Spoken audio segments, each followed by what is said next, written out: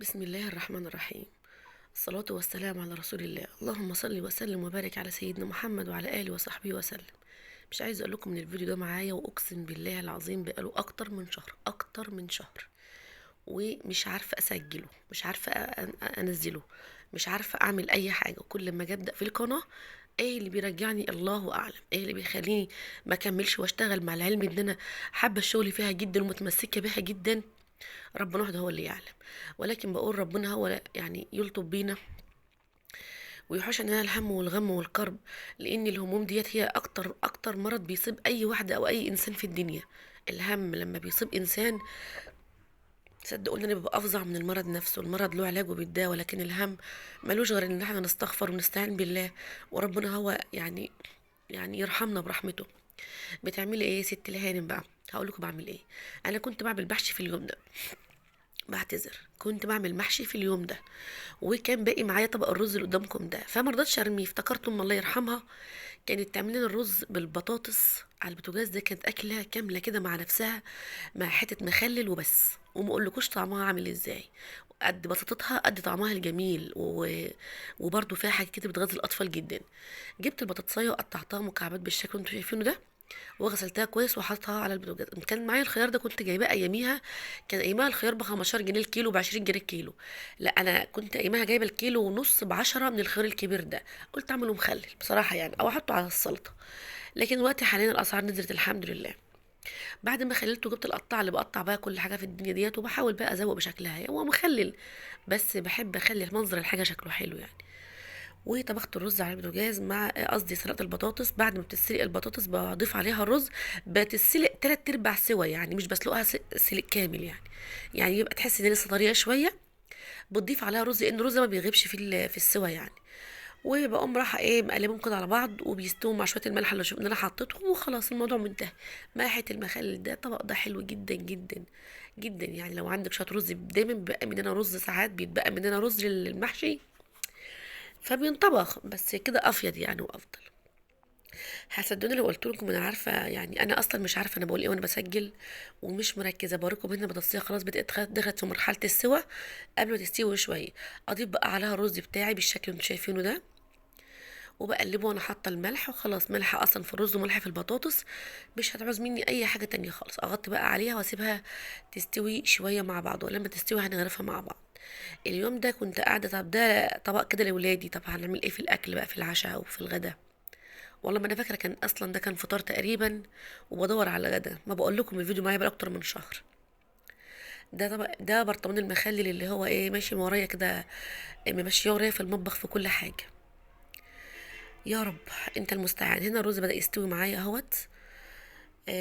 ربنا يحوش عنكم الهم والغم يا رب، اللهم امين، وعن بيوتكم وعن ولادكم، وربنا يرضيكم ويرضى عنكم ويكرمكم ويكرمنا وإياكم يا رب العالمين. ونعيش في الدنيا مستورين ونخرج منها مستورين، وما نتذلش للعباد الا نتذل رب العباد فقط لا غير. يا رب احنا وانتم والمسلمين جميعا، وربنا يحوش الهم والغم والكرب عن عن الفلسطينيين. الواحد من كتر حزنه عليهم يعني متكامله بقى، يعني فاهمين انتوا؟ بقت وجبه متكامله كده معانا من النكد والهم والغم. احنا عندنا مشاكلنا الخاصه بينا اللي كلنا في بيوتنا مش قادرين نتحملها. كنت بغرب بايد واحده وفي ايدي التليفون، فمش عارفه اتحكم. وقتها هفصل وارجع اوريكم بعد ما غرفت. كده غرفت الطبق بتاعي مع الطبق المخلل. كده الموضوع الحمد لله رب العالمين ممتاز جدا جدا والله، طعمه حلو قوي قوي. آه ربنا يصبر قلوبهم، قلوب كل الامهات والابهات اللي فقدوا اولادهم. منظر الاطفال وهي بتموت، منظر الاطفال وهم شايلينهم، يعني منظر لا كافر لا كافر ولا يهودي يقدر يتحمله بصراحة يعني. ربنا معاهم ويلطف بيهم. ويا ريت، يا ريت بايدنا نقدر نعمل حاجة، يا ريت بايدنا نعمل حاجة، بس مش بايدنا غير ان احنا ندعي لهم. ولو كان بايدنا حاجة، مش عارفة، مش احنا كشعب، ده بيبقى نظام بقى تاني. احنا ملناش اي حكم فيه ولا لنا اي سلطة فيه، طبعا انتوا عارفين. بتعملي ايه هنا يا ست الحبايب؟ هقول لكم اعمل ايه. انا كده هف عليا اكل عيش قمح في البيت، وانا ما بعرفش اعمل عيش القمح. اه والله ما بعرف اعمله ابدا.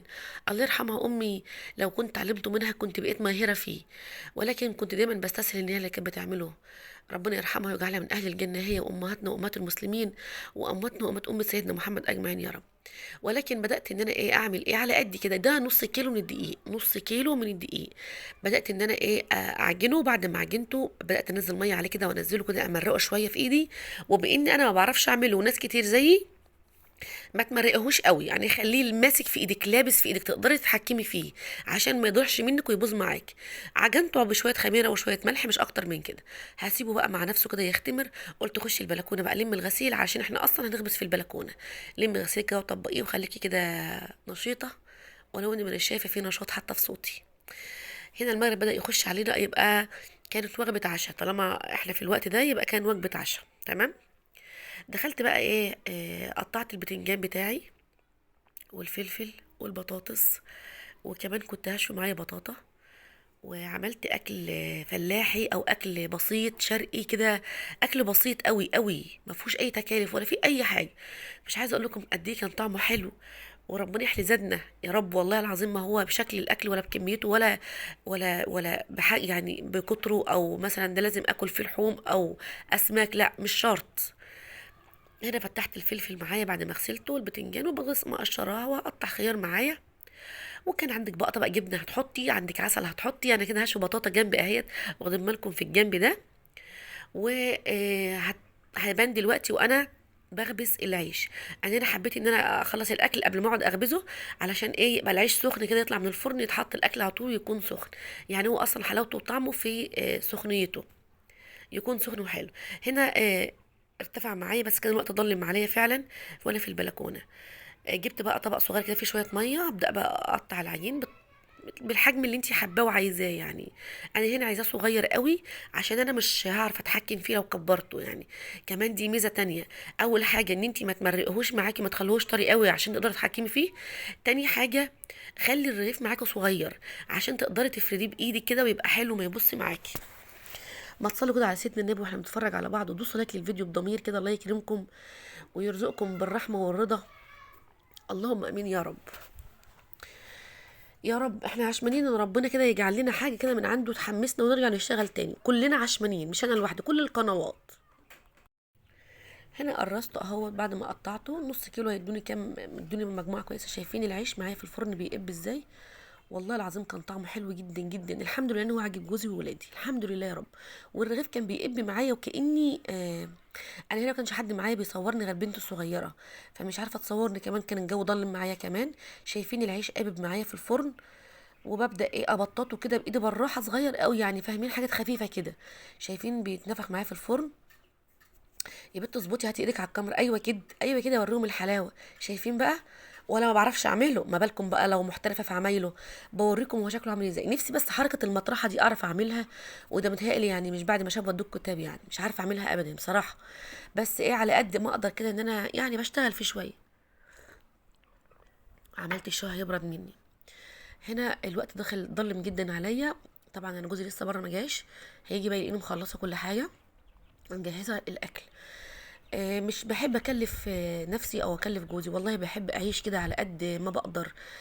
وعلى قد ما بقدر ان انا ما اطلبش طلبات كتير، يعني فاهمين ان العيشه صعبه جدا ومعانا اولاد، ربنا يلطف بينا يا رب. شايفين الرغيف معاكم قوي ازاي؟ ما شاء الله، اللهم صل على النبي. بصراحه روعه روعه روعه. استحلفك بالله العلي العظيم لو بتتابع الفيديو لحد كده اعملي له فيه لايك، اعملي له لايك لو سمحتي لو سمحتي. تخيلي انت لو ما بتعرفيش تعملي، انا متهيألي كده اشجعك انك تقومي تعمليه بسرعه.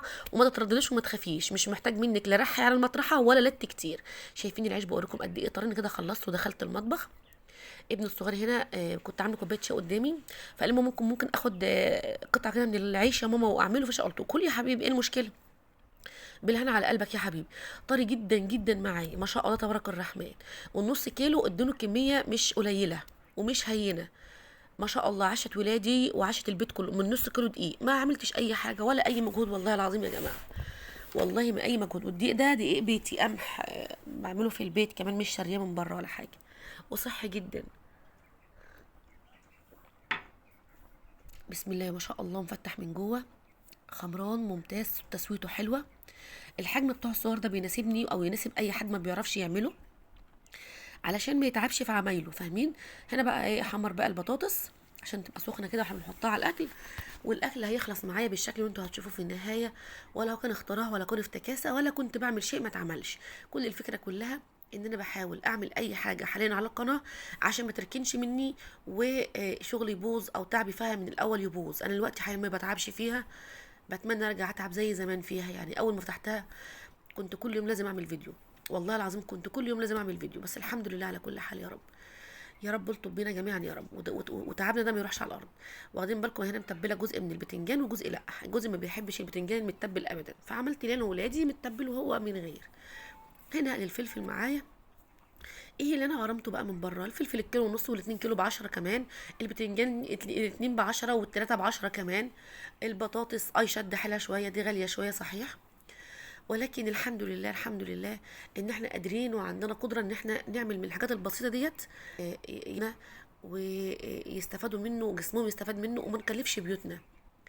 انا عندي طبق البتنجان ده احسن من اي طبق كبده على طول خط لازق كده. معايا جرجير ومعايا الخيار ومعايا البتنجان والبطاطس والفلفل. مش عايزه اقول لكم البطاطا كمان شويتها هحطها. والعيش اللي انا خبزته من نص كيلو دقيق ادوني كميه كويسه. نص كيلو دقيق، شوفوا نص كيلو بقى بكام. انا ما بشتريش دقيق من بره عشان كده ما اعرفش سعره كام دلوقتي. انا بشتغل بالقمح اللي انا جايباه. تمام، شكاره قمح بجيبها ب 800 900 جنيه بتكفيني طول السنه شغل. الحمد لله رب العالمين. وتوفر معايا. وده الفلفل كمان رشيت عليه الدقه بتاعتي. كمان جوزي كان جايب بلح اسمر غسلته وحطيته كمان على الاكل. اللهم صل على النبي، بألف هنا وشفا على قلبهم. يا رب الفيديو يعجبكم، واتوسل اليكم بالله عليكم استحلفكم دوسوا لايك للفيديو وشجعوني وادعوا لي دعوه من قلبكم حلوه انا واللي زيي ان تعبنا ما يروحش على الارض. هنا خلاص بيتعشوا. اتفضلوا معانا بقى في العشاء. يا رب الفيديو يعجبكم، وما تنسوش اللايك، وقبل اللايك نصلي على سيدنا النبي. صلي وسلم وبارك على سيدنا محمد وعلى اله وصحبه وسلم. ربنا يرفع الهم والغم عن بيوتنا وبيوت المسلمين، امين يا رب العالمين. استودعكم في الله.